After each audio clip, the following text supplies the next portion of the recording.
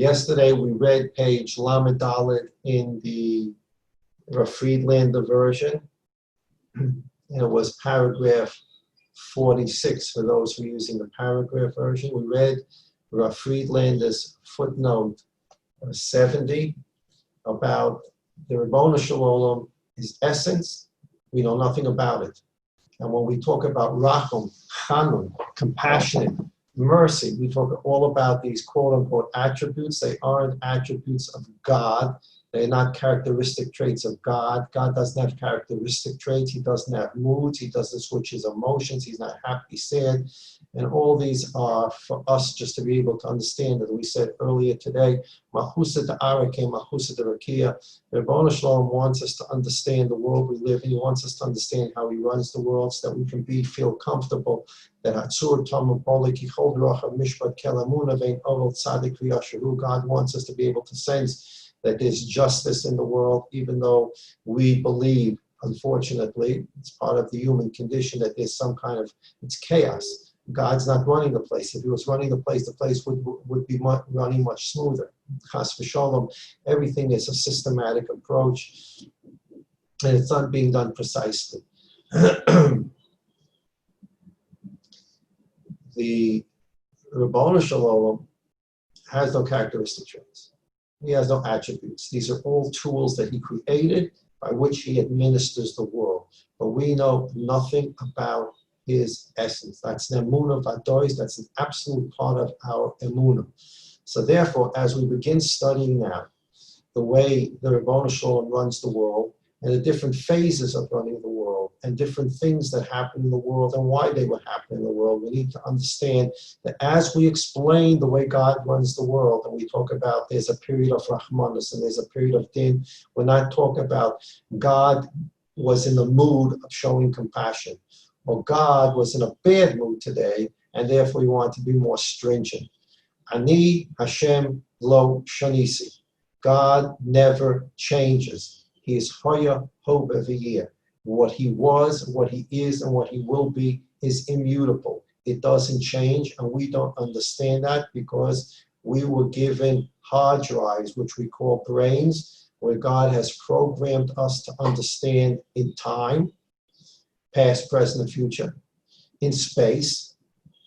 And other than that, we can't think about things that don't occupy space. We can imagine it, but it's very hard to imagine something that doesn't occupy space. And we can't imagine something that's l'mayla min hazman. We talk about these things. The person's such a tzaddik, he's l'mayla min hazman. But we're not l'mayla min hazman in this world. We live in time. People are born at a specific time, and their lives end at a specific time, and certain things happen to them at specific times. And we are all living in Zman, we're all living in time, we're all living in space. God doesn't live in these kind of dimensions whatsoever. God gives us the ability to understand the world we live in because our program runs on time and space. And so the Ribono Shel Olam allows us to understand something about how he runs the world within time and space. And perhaps in one day, next few days, I will send out the Rambam Perek Aleph in Hilchos Yisodei HaTorah, where the Rambam discusses this as well and explains it. It's absolute. There is no such thing that God, we can understand God's essence or any of his quote-unquote attributes. These are tools. The Ribono Shel Olam created Chesed, he created Rachamim, and these are tools that he decides to pull out of the tool chest, and sometimes he's going to use the hammer called Chesed, or the hammer, the screwdriver called Din. These are all tools that the Ribono Shel Olam pulls out in his Chacham Elyoina to use at different times, but they do not describe anything about God's essence. So that's what we learned about yesterday, and Friedlander made that very clear for us. We're now on page Lamed A in the Ramchal, still in paragraph 46. And the Ramchal is going to say this even more clearly. These are emunos, and these things must be reviewed time and time again. Some of you have questions. Why is the Ramchal saying this again? I'll tell you a little story about the Kotzker Rebbe. It's brought down in the Sefer about the Kotzker Rebbe. In Kotsk and in many Hasidus, they emphasized learning Maharal. If you ever learned Maral, it's difficult to understand.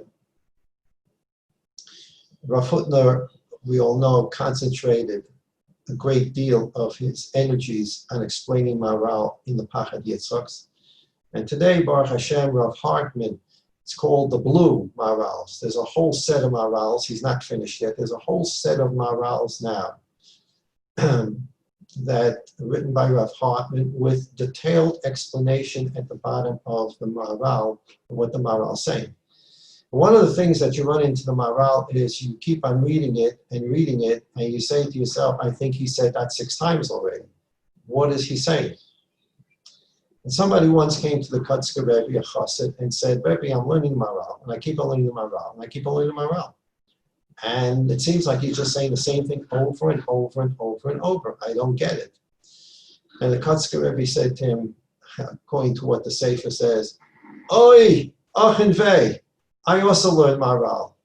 And no matter how many times he says it, I still don't understand what he's saying it, and you're complaining that he's repeating himself over and over. I don't understand it even if after he says it many times. So there are very deep ideas that need to be said in different ways, using different words, until it sinks in. And the Ramchal does this here in the Daas Tevunos. The Maral does it. These are complex ideas. They need to be said over and over, but sometimes over and over with different words until it really sinks in, because this is emunah vadoyis. It's absolute emunah that we need to understand and let it sink in. The Rambam, in the Pirush HaMishnayos, the Rambam writes in one place, he's talking about emunah, and he says that I've written at length here in this piece about emunah, even though emunah is not the direct subject of the Mishnah that I'm writing about. But once I touched on the subject of emunah, I decided to write at great length about it, because it is more precious to me, says the Rambam, it is more precious to me to teach an inyan of emunah to Jewish people than to teach other things about the Torah. That's how important teaching emunah was to the Rambam. We always think of the Rambam as the great halachist, the Yad HaChazaka, the person, the Rambam who put together Yad HaChazaka, all the halacha. And the Rambam himself writes that it's more precious to me to teach a Jew emunah than to teach him other parts of the Torah. So we're learning about Inyane emunah. We're not learning Gemara, Rashi, Tosfos. You understand it, I got it, let's go to the next sugi. We're talking, and even when you learn Torah, there's a Vayadata Yarim Vashi Voisa V'Levecha. You're learning, and you don't just learn and understand and then move on to the next sugya. You learn, understand, and then you ask yourself the question, now how do I live that what I just learned? Before I move on to the next sugya, how do I live it? You don't just learn it, you learn it and live it. And we'll go off subject here for a moment just to give you an example, which I gave when we were giving the shir in Beis Tefillah on Rav Kook's Orot HaTorah. We're going to have to figure out, I'll have to figure out, I don't know how or when, we're going to have to go back to bring Rav Kook into our shiurim, the Orot HaTorah, and women have asked me to find a place and time to be able to go back to the Bereishis shir, so there are a lot of shiurim that need to be reinstituted. I'm not sure exactly when and how. I'm not going to sacrifice, I say that not as a joke, I'm not going to sacrifice Masechta Tamid or the Daas Tevunos or Yeshaya, but we'll have to come up with some kind of plan. I'll give you a simple example. The Torah says that if a person steals an article, he has to pay back double. He steals a sweater, the sweater's worth $50. In certain conditions, he has to pay back $100. I'm not talking now, I'm talking about a burglary. Okay, a person breaks into your house, he's a ganav. There's something called ganav, there's something called gazlan. There's something called a burglar, breaks into your house, and there's something called a robber. He comes over to you in the street, puts a gun to your head, and says, give me your Rolex. The Torah is more stringent with a ganav than with a goslin. A person that breaks into your house, the Torah is more stringent with him than a person that walks over to you in the street with a gun and says, give me your watch. Why? The Gemara discusses why. But as part of the stringencies of a ganav, a burglar, someone who breaks into your house, there's a difference between someone that steals a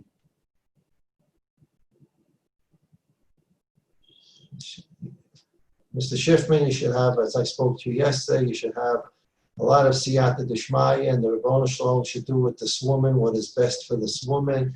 And you should have hatzlacha and the tremendous chesed you're doing. Rebbeinu Shalom should give you a lot of siyata d'shmaya to have the seichel to know what's the right thing to do at this moment and the minutes that follow, and the courage and the ability to do that which is needed to be done for this woman. It's tremendous chesed. So the Gemara says in Baba Kama, there's sure, he said a person steals a large animal, versus stealing a sheep. So if he steals a sheep, then he has to pay back the owner 4 times the value of the sheep. If he steals a large animal, a shor, a bull, shor, I said, he steals a shor. He only has to now pay back 5 times the value of the bull. So if you steal this big animal shor, you have to pay back 5 times the value of the shor. Again, it's complicated halachas. We're talking about tovach or mochar. Under certain circumstances, you steal a bull, you pay back 5 times its value. Aser, you steal a sheep, under certain circumstances, you have to pay back 4 times its value. So the Gemara asks, why for a bull do you pay back 5 times its value under certain conditions, and for a sheep, only 4 times its value under certain conditions? So the Gemara says that when a person steals a shor, he can't take a shor and put it on his shoulders and carry it, steal it away. Too big. If you're going to steal a shor, you have to pull it by its reins and schlep it through the streets. Whereas, if you're going to steal a sheep, you want to get out of there as quick as you can. So you take the little shepsela, you put it on your shoulder. Rosa Bat David, or Rebbeinu Shalom should do for Rosa Bas David that which is in the best interest of Rosa Bas David, Lefi Chachma Aliyayin of Rebbeinu Shalom. So the sheep, on the other hand, you put on your shoulder and you run away. Now listen what the Gemara says. This, we're talking in both cases, whether it's a shor, a bull, or a sheep. We're talking about a burglar. He's in the middle of a burglary. Not the finest person in the world. And the Rebbeinu Shalom says, the person that took the sheep had to carry on his shoulders. When you carry a sheep on your shoulder through the public, it's embarrassing. You have an animal on your shoulder. People are looking at you. It's embarrassing. So the Rebbeinu Shalom says, I have Rahmanas on the burglar. You know what? The ganav is only going to have to pay 4 times the value of the sheep under those special conditions. Because in the middle of the burglary, he shamed himself. Whereas the person that stole a bull, he's schlepping it through the streets. People pull bulls through the streets. That's the way you schlep a bull. So therefore, in the act of stealing, he didn't have to shame himself. He just looks like another guy with a bull. Since he didn't have to go through any shame to steal, he's going to pay 5 times. But the person who stole the sheep, in the act of stealing, he shamed himself. And the Rebbeinu Shalom says, you know what? He already suffered some shame. So instead of paying 5 times the value of the sheep, he'll pay 4 times the value of the sheep. And boy said, what is the Rebbeinu Shalom? Okay, we can end there. We end the shir. If you steal a bull and you do certain things to the bull, you're going to pay 5 times the value of the bull. And if you steal a sheep and you do certain things to the sheep, you pay 4 times the value of the sheep. I got it. Now can we go to the next sugya?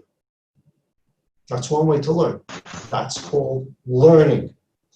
But what happens if you take the learning and you say to your chavrusa, Yitzchak, what is the Rebbeinu Shalom telling us? He's talking to us.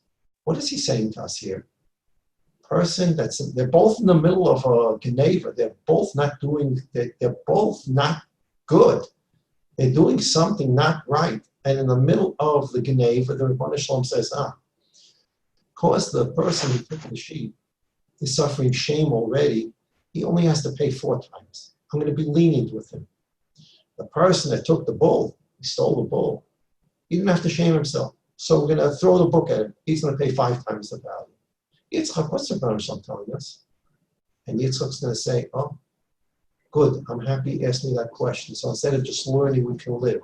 The Rebbeinu Shalom is talking to us and saying that even where a person's in the middle of doing an Aveira, even a person that's a sinner, there's an amount of compassion. The Rebbeinu Shalom shows him not post the sin while he's doing the Aveira. He's in the middle of stealing the sheep. The Rebbeinu Shalom says, Nebuch, he has to carry it on his shoulder. We're going to be a little lenient with him. The person with the bull, he's schlepping it through the street. He suffers no shame. We're going to throw the book at him. In the middle of the act of Geneva, the Rebbeinu Shalom showing compassion to a person. That's how compassionate the Rebbeinu Shalom is. And if we want to learn from the Rebbeinu Shalom through the Torah, instead of learning the Torah, we want to live the Torah, that tells us there's an amount of compassion that's due a person that does an Aveira, and it could be an amount of compassion in the middle of the Aveira itself. Now we're learning to live, not learning to move on. And this is most importantly true when we're talking about Emunah. People can lecture about Emunah. There's no shortage of Emunah lecturers today and Bitachon lecturers today, and how to strengthen your Emunah and strengthen Bitachon. If you strengthen your Emunah and strengthen Bitachon, everything's going to be good. And we already spoke about the Chazanish and Emunah Bitachon. That's exactly the false way to look at Emunah Bitachon. Emunah Bitachon doesn't mean if I reach the pinnacle of Emunah Bitachon means that everything that I want to happen is going to happen, and it's going to happen when I want it to happen, the way I want it to happen, everything is going to be good the way I think it's going to be. I think it's going to be good. Wrong. Emunah Bitachon means something else. At any rate, as we learn the Daas Tevunos, we're learning not to learn, we're learning to live. And as the Rambam says, it's more precious to me to teach a Yid Emunah than to teach him other areas. So if we see what we believe to be repetition in a Ramchal, or repetition in a Maharal, because they're saying things in different ways, think about it, saying it in different ways so that you can absorb it, and you can understand that different people understand different things by using different words. Somebody chaps by these words, somebody chaps by these words, and these great men are trying to get the idea into our hearts so that we can live it. They can get it into our brain so we'll learn it. They want to get it into the brain and seep it into the heart so that we can live it. So we're in the Ramchal, Siman Memvav, page Lamed Hey. Rav Friedlander wrote a caption to what we're about to learn. Kadesha Nasig Mikvodo Himtzias Hanagosa, in order that we can understand the glory of God. God introduced to us the way He runs the world. Hen Midosav Hamyuchasaslo, the midos, the quote-unquote attributes that one can attribute. Attributes that we can attribute to how He conducts the world, but not attributes that are Him. Nothing about Him. Now,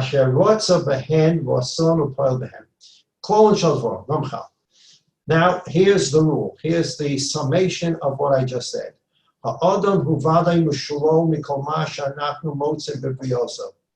Rebbeinu Shalom has absolutely, there's no comparison between what we find in human beings and we find in creation to that which is in God. We completely negate from God that which we believe is human. Im chisorin, im shleimus. Human beings have perfections and imperfections. Rakula vade hasholim b'shleimus amiti. Only God is absolutely perfect and there's no chisorin in Him. It's not possible that at any level there can be any imperfection of any kind in God. He is absolutely not understood by us on any level. And nothing that is related to the human condition and the human existence has anything to do to the Rebbeinu Shalom. However, so livro nevroim ulenhag osam. when God willed. Remember, as we said yesterday, man wills many things, but then the question comes up, can he do that which he wills? Does he have the ability? Does he have the strength? Does he have the money? Does he have the time? There's always the second question, I want to do, and then the second question is, well, how are you going to do it? Do you have the money? Do you have the time? Do you have the energy? There's no second question by the Rebbeinu Shalom. There's only the will. The Rebbeinu Shalom wills it, it is done. When God willed to create, and he willed to supervise and administer, and to divide good and send good and bracha to creation.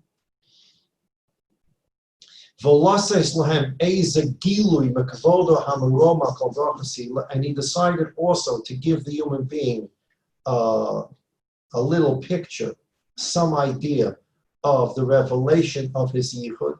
He allows us to understand it on a human level, and that we can enjoy the pleasantness of the light of God.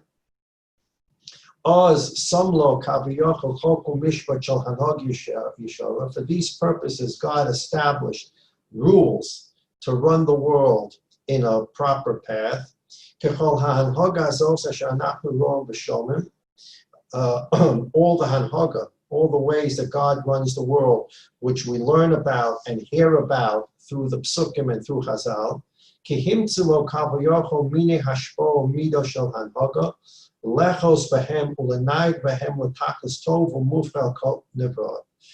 Ultimate purpose of all that happens in the world and all that the way God administers the world is to bring it to one tachlis, and that is l'toyev.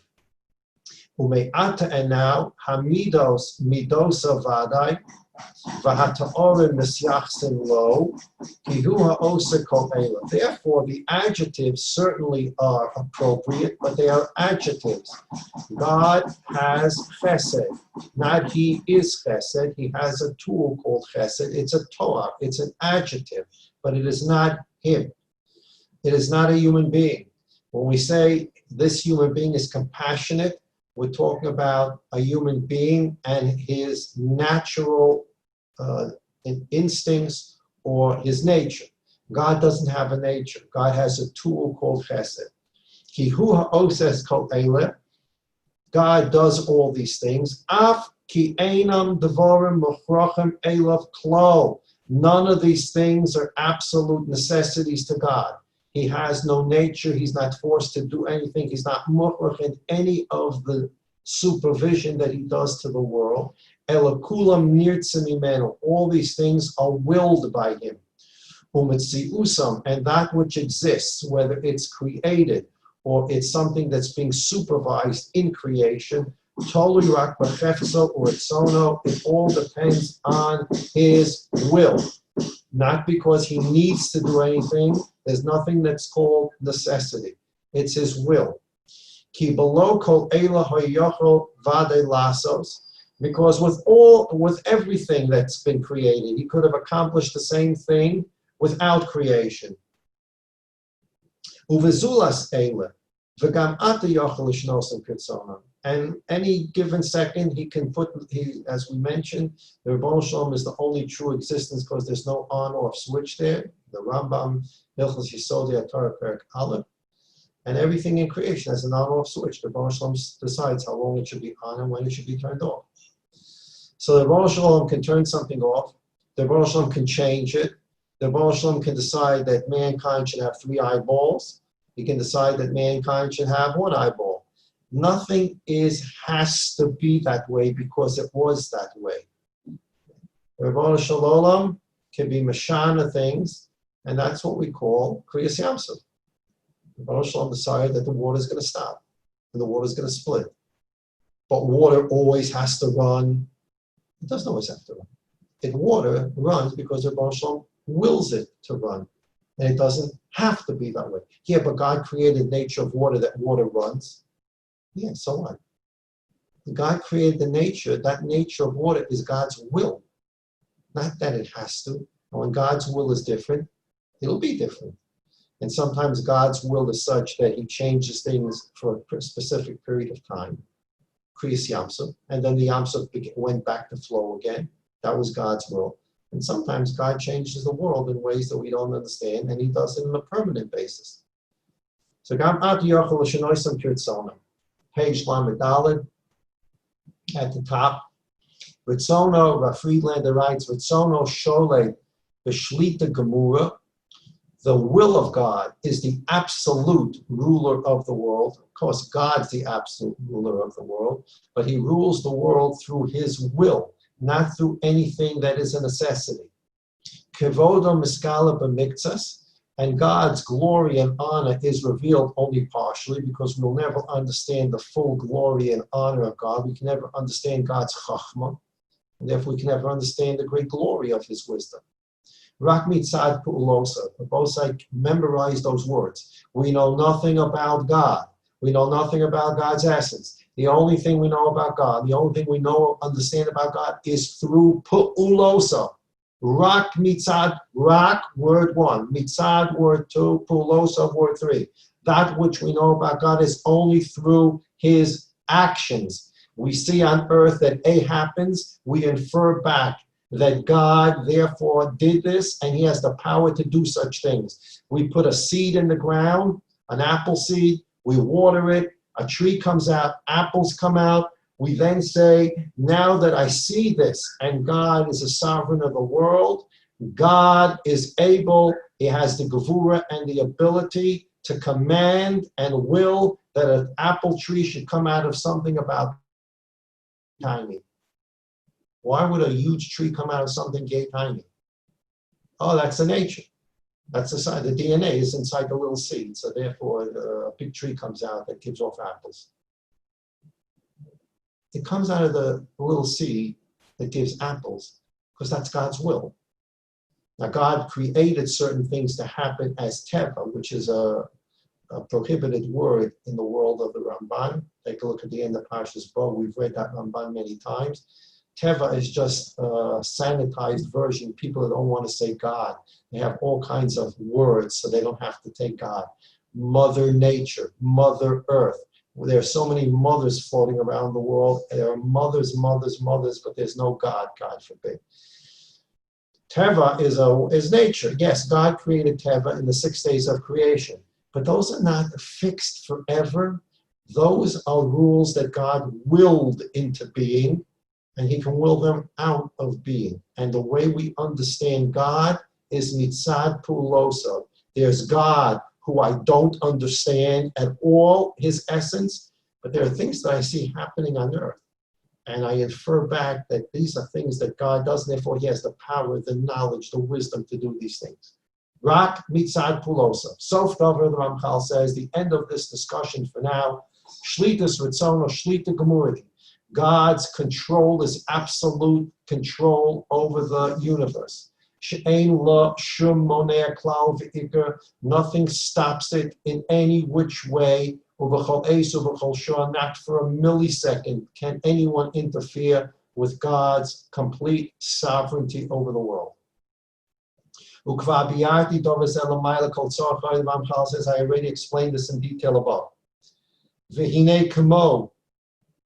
Shekel mistater hu mitzad mitziusoi umahusoi hapashet she'enoi musig v'noi deklal l'shum bria.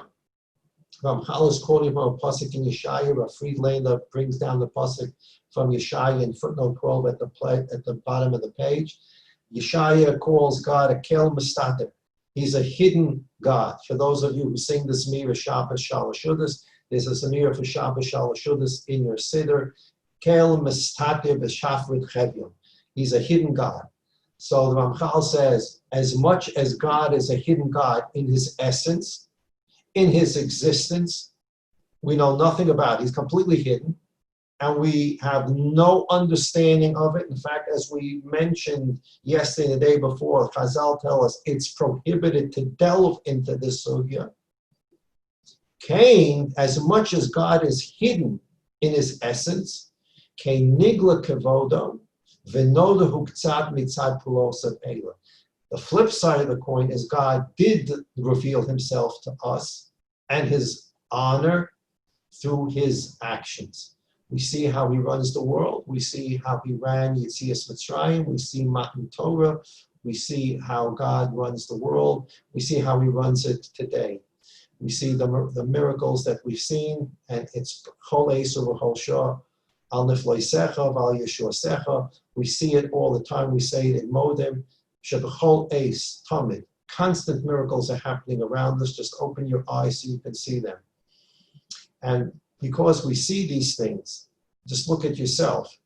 There's a pasuk in Iyov, famous pasuk in Iyov. Iyov said, "Mebesari echezeh Elokah." When I look at my flesh, I can see God. That's a madrega. You look at your flesh. You look at yourself. How do your eyeballs work? How do your lungs work? How do you breathe in, breathe out? What do you inhale? What do you exhale? Your heart pumping, blood in, blood out. How does your kidney work? Your liver work? They're all interacting in this way that is just beyond a miracle. So we're living miracles every millisecond. B'chesed shamayim. So Ribono Shalom has realized, has given us the ability to realize these miracles through his pu'ulosa. And we infer back that if God made a heart and a brain and the eyes and the nose and the ears and the fingers and all these things interact in such an unbelievable way, and chas v'sholom, when you get sick and you understand that something's not functioning 100%, you understand the miracle that we live every second.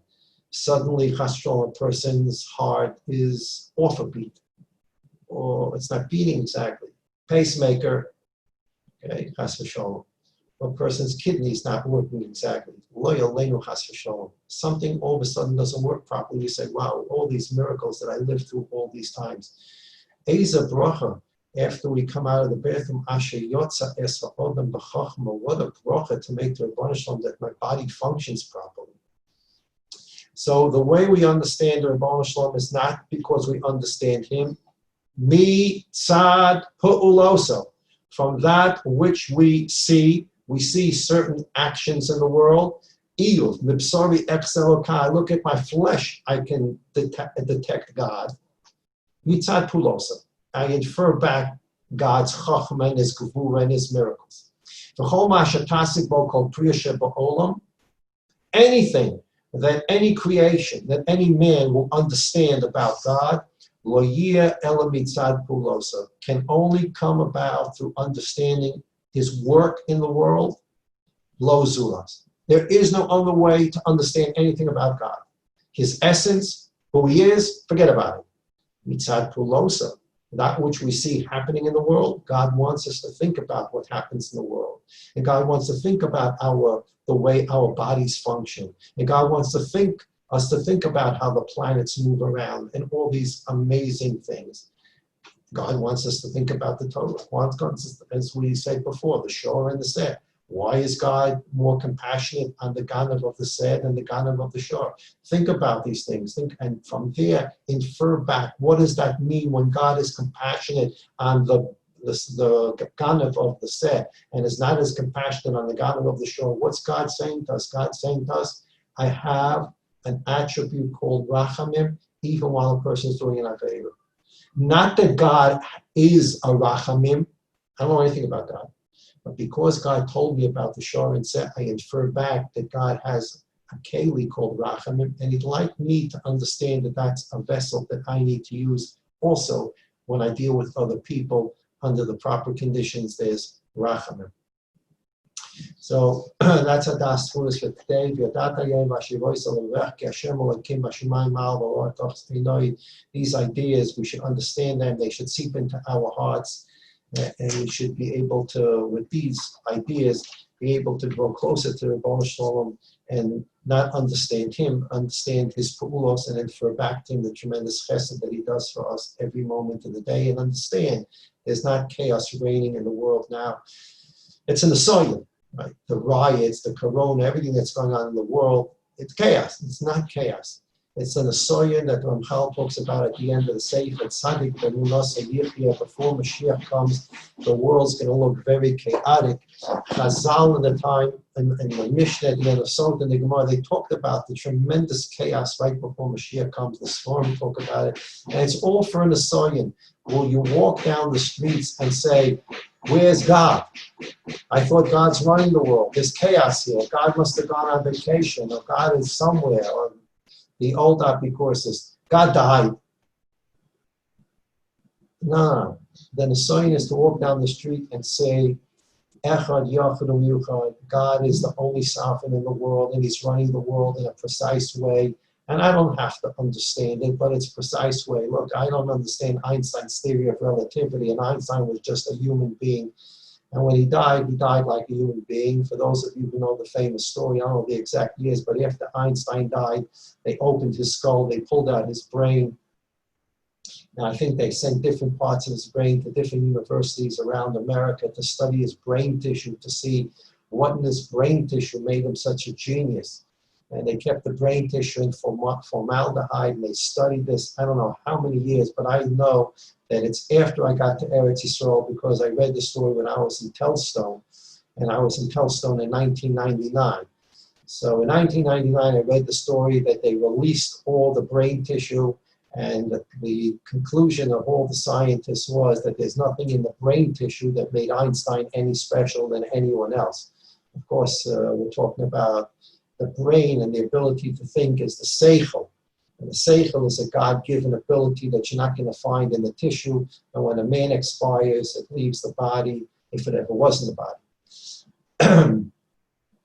So it's okay. I'm not having a panic attack. I don't live in a life of anxiety because I can't understand Einstein's theory of relativity. If I was interested in it, maybe I would study it. And even if I would study it, I can tell you the chances of me understanding it are about zero, because one of the reasons I went to law school is because I couldn't do math. So, 4 functions was a challenge to me. After addition, subtraction, multiplication, division, I called it quits, except that I grew up in New York. We had to do the regions, trigonometry, and geometry. And trigonometry, the Rebbe Shalom saved me. That was the year, if you grew up in New York, that was the year the conservative boys and girls from the Solomon Schechter School stole the state regions and sold them all over the state. And the good old Solomon Schechter boys and girls caused the whole New York state to cancel the regions for that year, which were trigonometry and chemistry for 11th grade. So I got a pass. I got a P on my report card for chemistry and trigonometry, neither of which I probably could have passed on my own. And so post 4 functions of math, I stopped. So even if I was interested in the theory of relativity, I would probably not have a clue when I studied it. And when I look at a blackboard that has equations on it, I just close my eyes, and it's just not for me, especially when physicists have these equations that go on multiple blackboards. I just close my eyes. I don't know what it's talking about. And if I can feel comfortable looking at a mathematical equation and saying, look, this is not for my brain. I can't figure this out. It's not for me. I have no problem saying that there's a lot of stuff going on in the world, and the Rebbe Shalom understands it, and it's systematic, and it's okay with me. I can't understand the equation, but there are people that understand the equation. If I can have enough confidence that there are people that understand an equation that I can't understand, I have certainly enough confidence to say that there's a world out there that's being run systematically, even though I can't understand it. Now, who am I to decide how God's going to run the world? All those Yidden that need Yeshua should have Yeshuas. All those Yidden that need Refuah should have Refuahs. All those Yidden that need the Hummus should have the Hummus. The Rebbe Shalom should take care of every person in the way that the Rebbe Shalom sees best fit, because ultimately that's the best way for the person. Mrs. Schiffman is doing a tremendous chesed now. She should have the ability and the courage and the wherewithal and the knowledge to know exactly what to be done in these minutes. She's with a chola, a sick woman who seems to be at the last minutes or hours of her life. The Rebbe Shalom should do with this woman what is best fit for this woman, because only he knows what's best fit for this woman and best fit for all of us. So those Yidden that need Yeshua should get Yeshua. So those Yidden need Refuah should get Refuah. So those Yidden need the Hummus should get the Hummus. Yeshua's Refuah, the Hummus only come from the Rebbe Shalom. Yes, Shluchim in the world, but they only come from the Rebbe Shalom. He's the Echad Yachad Yuchad. We should think about this, seep it into our hearts. That's part of the Gili Hayicha that brings Mashiach closer. Before Shalema, as I mentioned yesterday, there was an accident in Lakewood. A boy riding a bicycle was hit by a car. Yecheskel Shraga ben Esther, before Shalema, Sochshach Ali Yisrael. Yecheskel Shraga ben Esther, a soldier in the Sanal Ilan, ben Shane Tzipora, who's been in the hospital for a while. We should have before Shalema, Sochshach Ali Yisrael. Toba Esther Baslei Miriam, a young girl. She had before Shalema, Sochshach Ali Yisrael. Yosef Chaim ben Shoshana Menucha, Shlomi Cheskel Baruch ben Baini Ego Basia, Elisha ben Chaya Yehudis, Daniel Dov Ber ben Zelda Rivka, Nochem Elimelech ben Zahava Rivka. They should all have before Shlem Sochshach Yisrael, with all those who have the corona, should have before Shlem Sochshach Yisrael. Everybody have a wonderful day. Do what is appropriate for your age, what's appropriate for your medical condition, and take care of yourselves. Shem will begin tomorrow at 10 o'clock with the next Mishnah in the Masechta Talmud.